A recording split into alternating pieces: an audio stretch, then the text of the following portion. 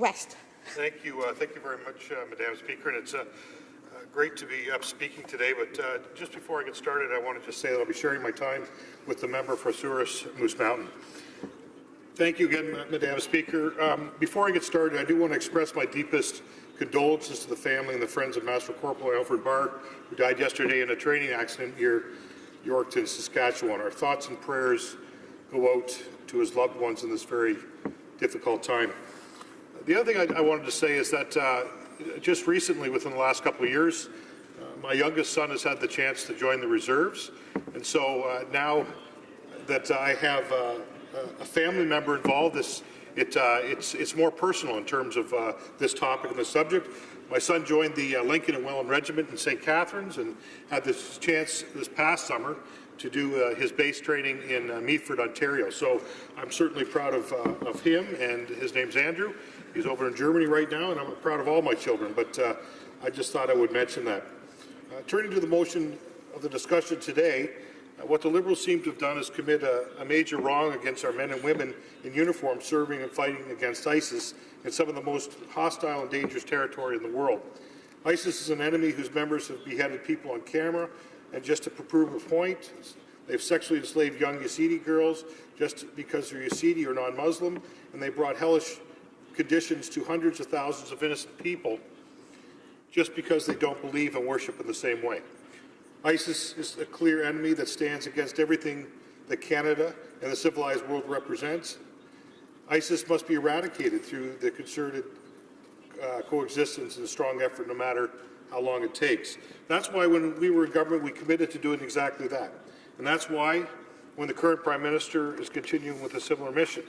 ISIS has brought back medieval views, the way of life and treatment of minorities and women in a way the world has not seen in recent times.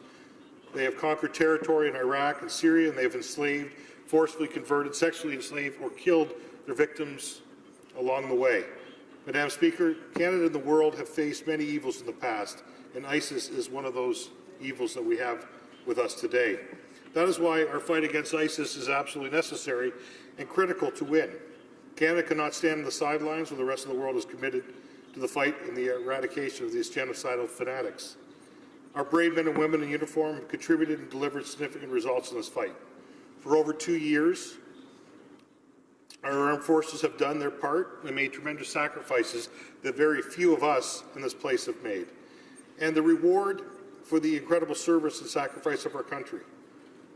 Madam Speaker, the reward the Liberals decided to give our men and women in uniform fighting ISIS is to take away their tax benefits. 15 soldiers at a camp in Kuwait were told that they were going to lose a tax benefit which provided $1,500 to $1,800 per month for them and for their families, saving more than $9,000 each over the course of the 6-month tour. If that wasn't enough, the Liberals went ahead and cancelled the benefit for all Canadian troops in all of Kuwait as of June 1st of this year. This was done because, according to the Liberals, it's not dangerous enough for our troops to receive this benefit while they're stationed in Kuwait and fighting ISIS in Iraq. I have to repeat this for everyone to really hear it because it's so stunning.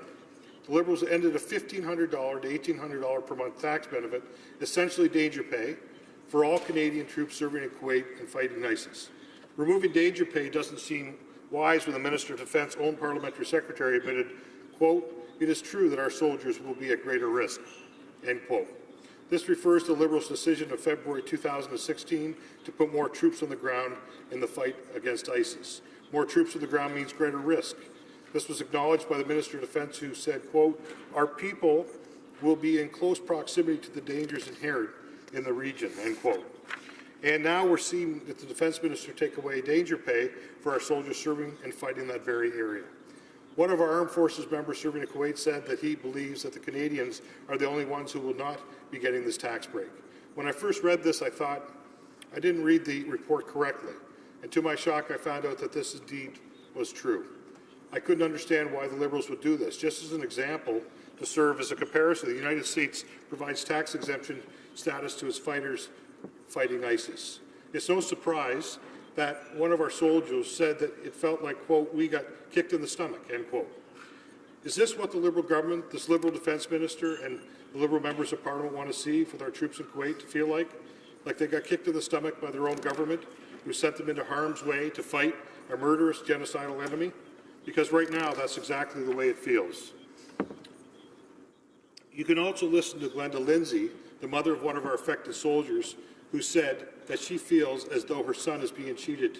Quote, they're cutting corners at the troops' expenses. Ms. Lindsay has also started an online petition to help rectify this major error on the part of the Liberals.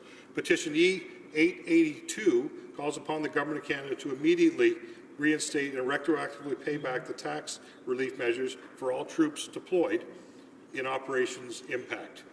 I encourage all Canadians watching and listening today to go online and sign their name in support. Because, let's face it, as we're sitting here discussing and debating, those soldiers are fighting for their very right to do so. They're defending our right to have this debate in an open, tolerant, and accepting society. Our troops are bravely fighting an enemy that hates these very values and is willing to die to destroy them throughout the world. And what do our soldiers get for fighting this enemy? A well-earned tax benefit taken away of $1,500 to $1,800 per month. A much-deserved tax break taken away just like that. This makes no sense, Madam Speaker. There is simply no logic to explain why the Liberals are doing this. Our men and women in uniform volunteer to serve their country against all sorts of threats in all sorts of dangerous environments, and it's difficult to think of a more dangerous mission than the one now being fought against ISIS.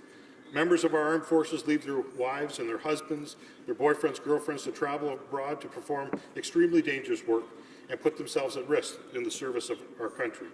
They often miss their children's birthdays, their own wedding anniversaries, and their kids' graduations. Family members of those deployed to Camp Afran reached out to MPs to express concern in the search of explanations. They said, quote, this treatment of our servicemen and women is embarrassing, end quote. Why would the Liberals even consider taking the tax break away from any of our troops, especially those fighting ISIS? What also shocked me was that the Liberals have known for months that the Canadian forces deployed against ISIS have not been adequately compensated for their hardship and the risk associated with this deployment. And just to be clear, the decision to take away this tax credit was made after the troops had already agreed to be deployed. What this means is that the Liberals have cheated our troops and their families out of their hard-earned money, money that our troops and their families expected, count on, and to be very clear, money our troops and their families deserve. If all this money is being borrowed on the backs of our future generations, why are the Liberals penny pinching when it comes to men and women in uniform? Just yesterday, the Liberals decided to spend another $650 million in other countries, but then they take away tax benefits from our soldiers fighting ISIS? I'm not sure I could quite understand the logic of that. Do our soldiers need to transfer and serve in the armed forces of other countries to be properly compensated? I don't think that would be the case. When I first read the reports of our troops losing their tax benefit, I thought this was definitely bad news and something that I could not support. To make matters worse, and when we brought it up in the House, the Liberals decided the best solution to this issue was not to restore the benefits, but to revoke them for all our troops fighting ISIS. I thought to myself, what about my son Andrew, who joined the reserves, as I mentioned earlier, and has been training? What if it had been him in Kuwait and he had lost his danger pay because the government didn't think it was dangerous enough to fight ISIS? How would all of us in this place think if our sons or daughters were serving? What would we want our government to do if we were in the same position? When we were in government, a similar issue came up in relation to our troops in Afghanistan. What we did as a government was very different then than these Liberals are doing now. We cut through the bureaucratic red tape and we made sure our troops got the support that they deserve. We did the right thing for our men and women, and we were no longer in power. We will continue to do right by our men and women in uniform. We asked the other side of the House to join us.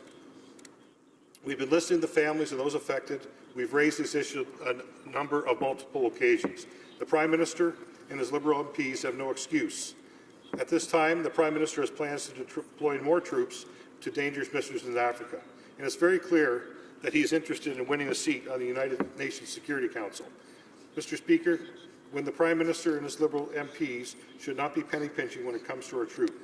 Let me end by quoting family members of deployed soldiers at Camp Afran who said with us in correspondence with their MPs, quote, this is a country worth working for, worth continuing to strengthen and build the worth sacrifice. To end, someone pass a policy that impacts our family in such an essential manner without taking into consideration the implications on the families who readily sacrifice is shocking and disconcerting. Madam Speaker, we call on the government to finally do its job. reverse this terrible decision to take away tax benefits and start supporting our brave men and women who stand on guard for all of us. Thank you. Questions and comments? Questions